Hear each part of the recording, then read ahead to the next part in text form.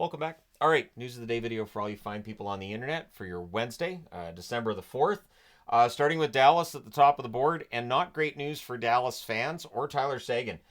Sagan's going to miss the next 4 to 6 months. He's having hip surgery tomorrow. Sounds like it's going to be a very involved process. Seguin, I think, was off to the best start to any season he's had for the last, I'll say, 4 years. He's playing really well, and so Dallas is going to miss him in the lineup. The good news is Dallas has a lot of depth, so they can make up for that. And I've seen some fans saying, okay, now they can use LTIR and go out and add somebody, which they can. They absolutely can. But they're going to miss Seguin. No matter what they do here, they're going to miss Seguin. He's been one of their better forwards this year, and I do think he's been living up to his contract. So it's a shame he's going to be out. Hopefully he's back in the 4 months, not 6. Because 6 months, you're getting into the region where for him to come back and play, Dallas have to go really far in the playoffs first. And I'd rather see him back for the start of the playoffs rather than a little over halfway through. Plus, if he's activated the day of game 1 of the playoffs, there's some funny to be had with that. Jim Rutherford. So all of the discussions of JT Miller and is JT Miller getting traded and what's going on, it gets back to, Rutherford talking to the press today and says, A, Miller has not asked for a trade from the team, and B, the team is standing beside him and behind him, and that they're vowing to support him throughout this process he's going through. I have seen so much speculation in this market, and I have seen people just feeding that fire. And then it's this. So this whole trade speculation ecosystem that we have now on the internet, they'll quote each other as sources, and one person will be like, well, I've got an inside source that says this, I've got an inside source that says, and there's no way to verify that they actually have those sources. There's no way. That's why if I get told something, I let it go in one ear and out the other. I don't talk about it on camera because I'm not going to stand here and say, well, I heard, when I can't fully verify that what I've been told is 100% the gospel. So it is just bewildering to me. So 3 weeks ago, everybody's just, it's all Pettersson's fault. This Pettersson guy sucks. Miller leaves the team and Pettersson steps up.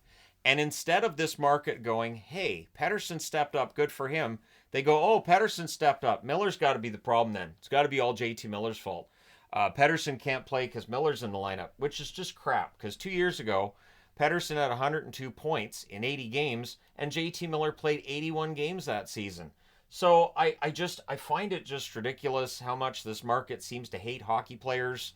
Again, 3 weeks ago, it's all Pettersson's fault. He sucks. Now Pettersson's playing better, so it's JT Miller's fault. He sucks.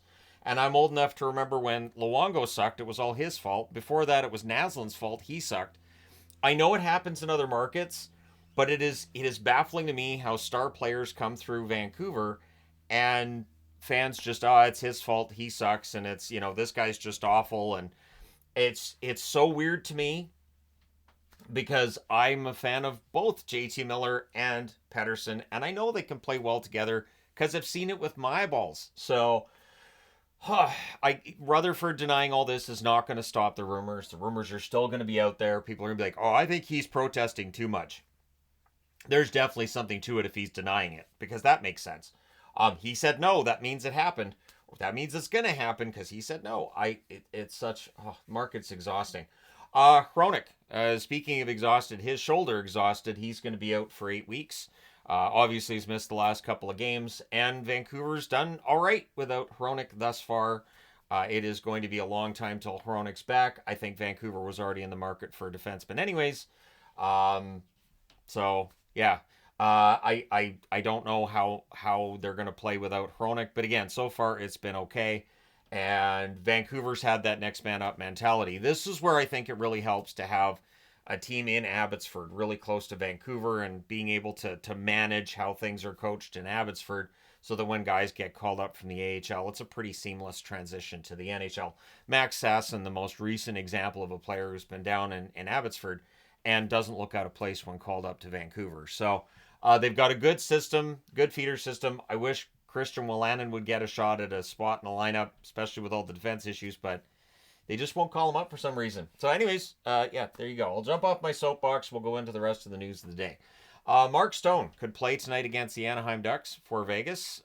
He was in a regular jersey at practice yesterday, did not play last night, but is seen as a possibility for tonight. Could be activated by the time this video goes live. Absolutely.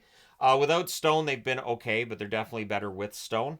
So he's been out for a while. We'll see if he comes right back, doesn't miss a beat, or if it takes a little while for him to get back up to speed. But Stone and Eichel, as good as Eichel and Barbashev are, Stone and Eichel have had this definite ability to find each other on the ice that's rare in the National Hockey League. And we'll see if they resume that tonight should Stone return to the lineup, which would be bad news for the Anaheim Ducks. Rasmus Dahlin, speaking of bad news. The Buffalo Sabres not only humiliated by that 4-0 lead they had and then just lost. And it's not just lost it, they didn't even get to overtime. They lost in regulation 5-4. But Rasmus Dahlin left last night's game, and afterwards it was cited that he had back spasms. So we'll see if that becomes an issue for him. If it was just a one-night thing, back spasms are very unpredictable. Hopefully, he's good to go for their next game. So we'll see what happens there. But losing Dahlin for any period of time could be devastating to the Buffalo Sabres and their playoff hopes, right? Toronto news. McCabe won't play. He's missing the second game in a row after taking a puck to the head. A lot of guys recently seem to be taking pucks up high, and yeah, it's a scary incident anytime that happens. Hopefully McCabe's not out for much longer. Ryan Reaves returns to the lineup, so Alex Nylander is to be a healthy scratch. So if you're looking at that and going, I don't know if I agree with that decision, I'm kind of there with you. Reaves was asked about the suspension he got as well, and he's very unrepentant. He's very much along the lines of, it was a legal check.